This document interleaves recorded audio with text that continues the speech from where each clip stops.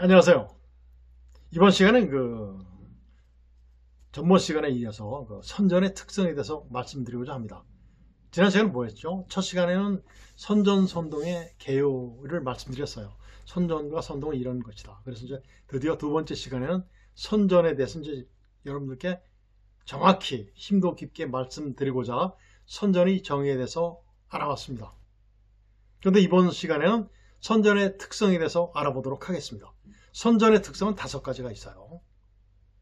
첫 번째 특성이 바로 뭐냐면 선전자의 의도대로 개인이나 집단에 영향을 미치려고 한다.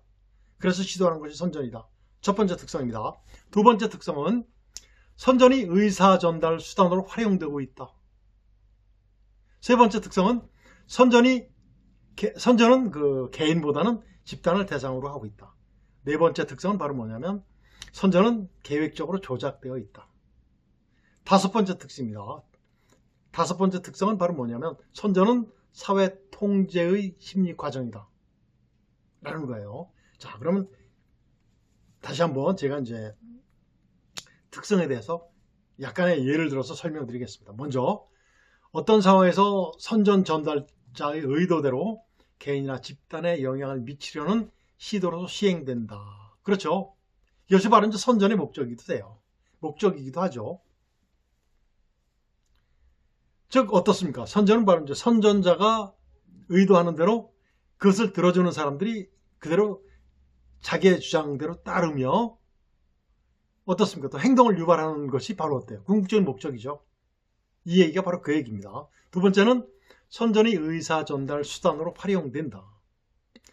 그 사람들은 어때요?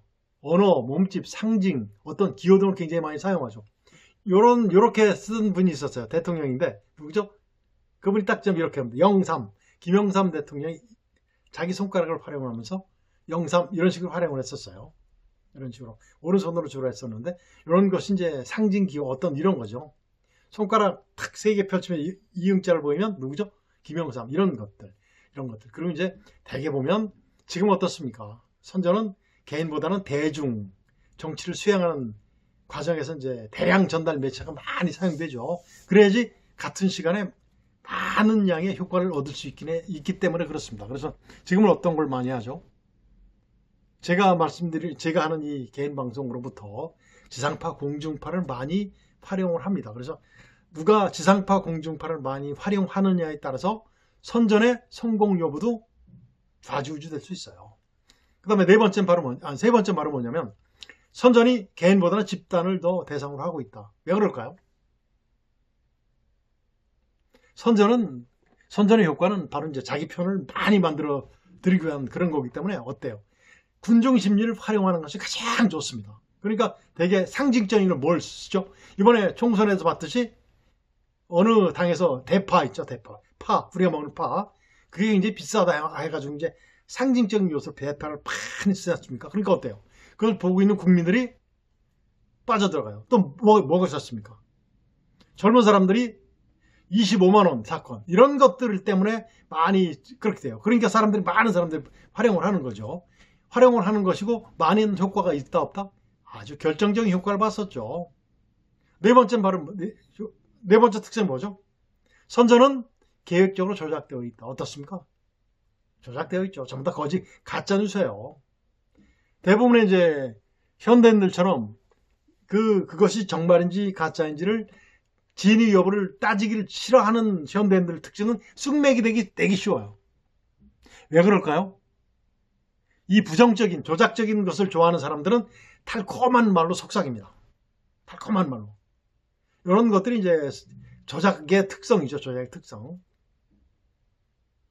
어떻습니까? 선전자들은 되게 어때요? 진실성이 80%, 20% 어떻습니까? 진실성이 거의 없어요. 자기에게 유리한 것으로 만들어버려요. 그리고 어떻습니까? 지속적으로 반복을 해줌으로써 그것이 뭐가 된다? 진실처럼 느껴져요. 누구한테? 쑥맥들한테. 이번 총선 결과 그대로 나타났잖아요. 역사 왜곡한 자도 국회의원 되고 부정대출 받은 자도 국회의원 되고 이 전번 21대 국회의원 중에서 하루 종일 뭐만 해요? 비트코인만 했던 자도 국회의원 되고 이런 것들이 바로 뭐예요? 이런 거예요. 조작된 거죠. 이런 것들입니다. 그리고 또 뭐다? 다섯 번째 뭐죠? 선전은 사회통제의 16과정이다. 그렇죠. 어때요? 선전자는 어떻습니까? 그 조직의 대표자가 많아요. 조작하는 거죠. 무슨 말씀 드리는지 전부 다 아실 겁니다. 그 사람만 뜨면 추종자들이 막 떠요. 그러면 이전의 특정인 이 전문 개인보다는 집단을 대상으로 하고 있다. 군중 심리를 활용한 그런 것들이 많이 활용되죠. 그 사람만 떴다면 어떻게 돼요? 집단 심리 과정이 사회 통제의 심리 과정이 나타나는 거예요. 이런 것들이 바로 이제 선전의 특성이라고 볼 수 있습니다. 자, 5가지 특성에 대해서 좀 더 알아봤죠. 자, 선전은 바로 뭐다? 다른 의사 전달 방식보다는 긍정적인 면이 많을까요? 부정적인 면이 많을까요? 당연히 부정적인 면이 많아요. 가짜뉴스 같은 건 굉장히 보기 솔깃하죠. 왜 그럴까요? 듣는 이들에게 유리한 조작 때문에 그렇습니다. 즉 조작성 때문에 그래요. 이런 것들.